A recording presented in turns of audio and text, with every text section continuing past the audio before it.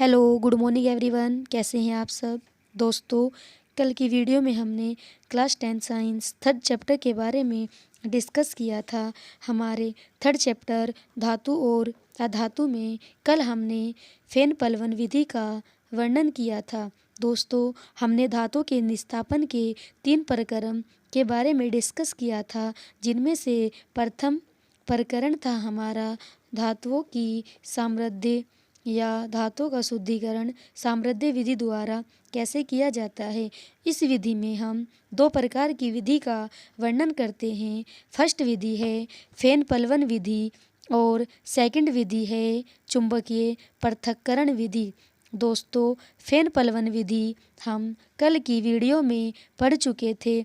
आज हम आपको चुंबकीय पृथक्करण विधि को समझाएंगे। दोस्तों, आपको इस विधि के नाम से ही ज्ञात हो गया होगा कि चुंबकीय मीन्स जो पदार्थ चुंबकीय या लोहे के होंगे उन धातुओं का या उन पदार्थ से बनी धातुओं का निस्तापन या शुद्धिकरण हम चुंबकीय पृथक्करण विधि द्वारा करते हैं।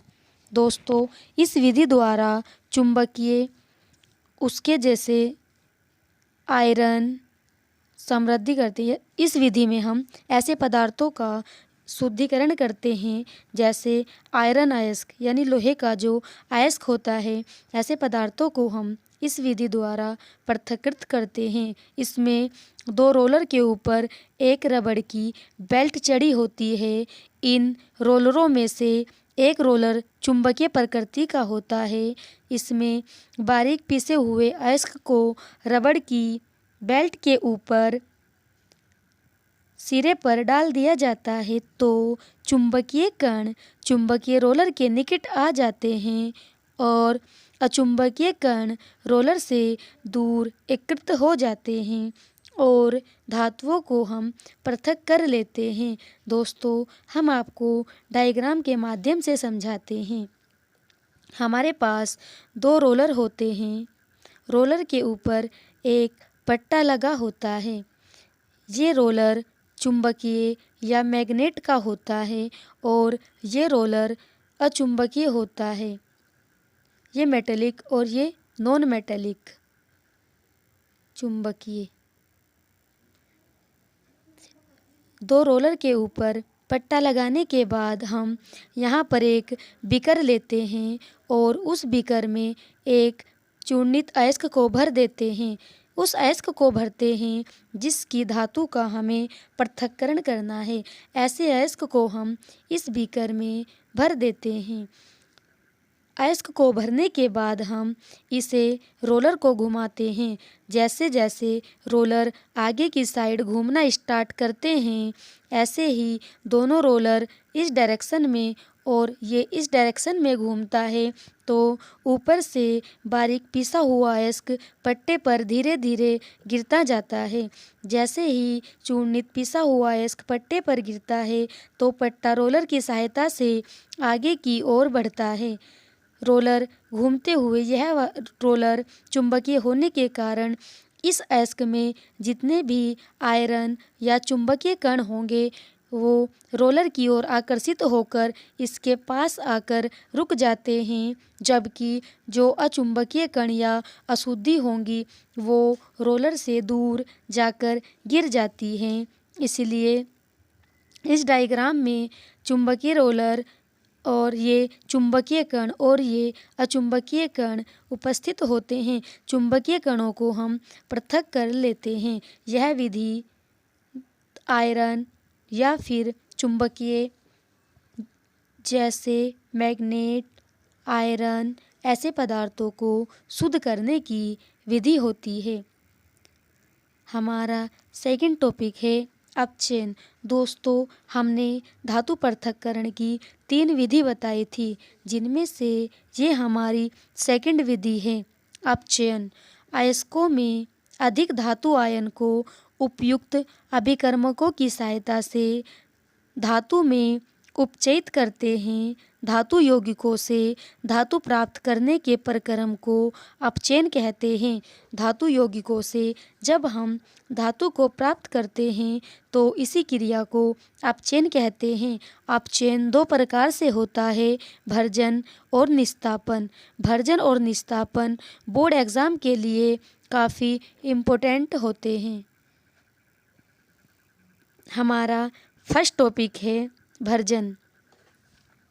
भर्जन वह क्रिया जिसमें अयस्क को वायु की उपस्थिति में उसके गलनांक से नीचे गर्म किया जाता है, भर्जन कहलाती है।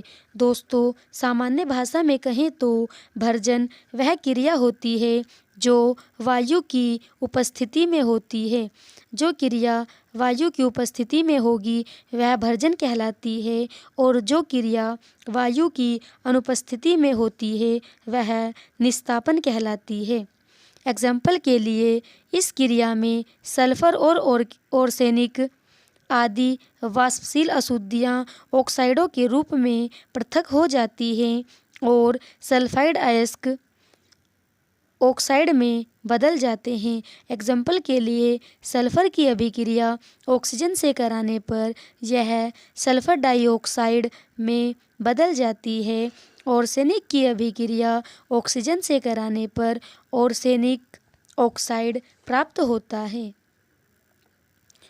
सेकंड, निस्तापन। निस्तापन वह प्रक्रिया होती है जो ऑक्सीजन की अनुपस्थिति में होती है। वह प्रक्रिया जिसमें सांद्रित अयस्क को वायु या ऑक्सीजन की अनुपस्थिति में कसकर गर्म किया जाता है जिससे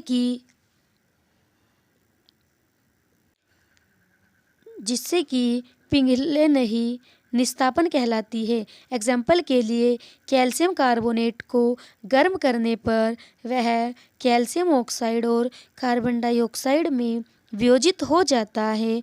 जिंक कार्बोनेट को गर्म करने पर वह जिंक ऑक्साइड और कार्बन डाइऑक्साइड में वियोजित हो जाता है। हमारा नेक्स्ट टॉपिक है धातुओं का परिष्करण। धातुओं का परिष्करण धातुओं के शुद्धिकरण की विधि का लास्ट टॉपिक है। विभिन्न अपचयन द्वारा प्राप्त धातु अशुद्ध होती है, अतः शुद्ध धातु प्राप्त करने के लिए इनका शोधन आवश्यक है। शुद्ध धातुओं के शोधन प्रक्रम को धातुओं का परिष्करण कहते हैं।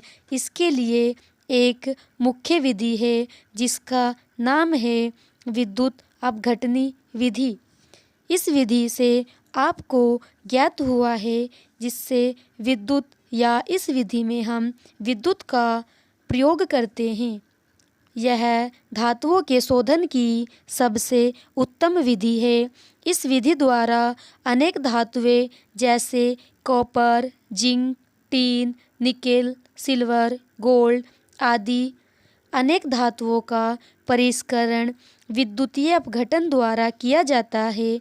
इस प्रक्रम में अशुद्ध धातुओं को एनोड और शुद्ध धातुओं का कैथोड बनाया जाता है।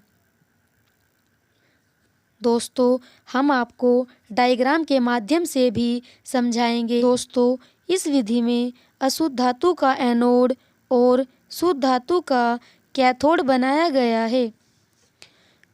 उस धातु का लवण विलयन विद्युत अपघट्य के रूप में प्रयोग किया जाता है।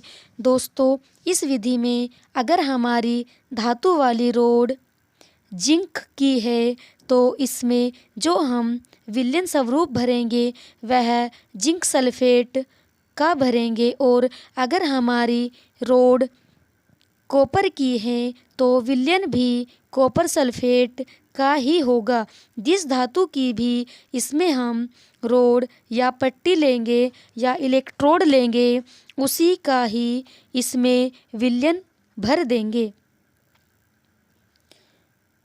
उसी धातु का लवण विलयन विद्युत अपघट्य के रूप में प्रयोग किया जाता है। जब विद्युत अपघट्य से धारा प्रवाहित की जाती है तब अशुद्ध धातु एनोड पर अपघटन होने लगता है जिससे मुक्त आयन विद्युत अपघट्य के माध्यम से कैथोड पर इकट्ठे होने लगते हैं।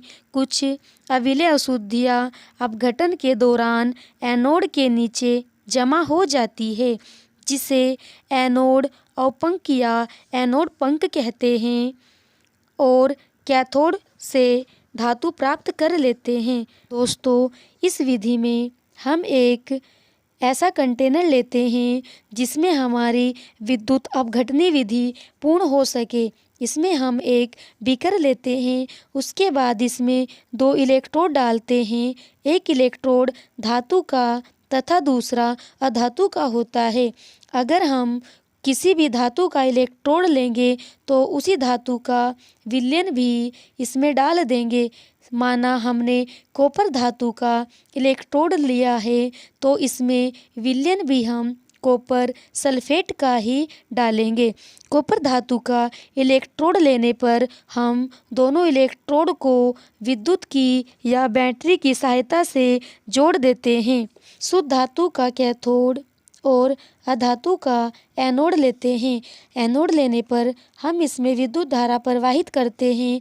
जैसे ही कंटेनर में विद्युत धारा प्रवाहित होती है तो इस विलयन में जितनी भी अशुद्धि होती है वो एनोड वाली साइड में नीचे जमा हो जाती है। जैसे ये यहाँ पर एनोड अवपंक या अशुद्धि जमा हो गई है और जितनी भी धातु होती है वो कैथोड पर एकत्रित हो जाती है और कैथोड को मोटा बना देती है। ये कैथोड का इलेक्ट्रोड होता है और अशुद्धियाँ तली में बैठ जाती हैं। दोस्तों, ये हमारे धातु के शुद्धिकरण की लास्ट विधि थी। दोस्तों, हम इसका नेक्स्ट पार्ट नेक्स्ट वीडियो में लेकर आएंगे। तब तक के लिए धन्यवाद। Thanks for watching. Please like and subscribe for my channel. Bye bye everyone.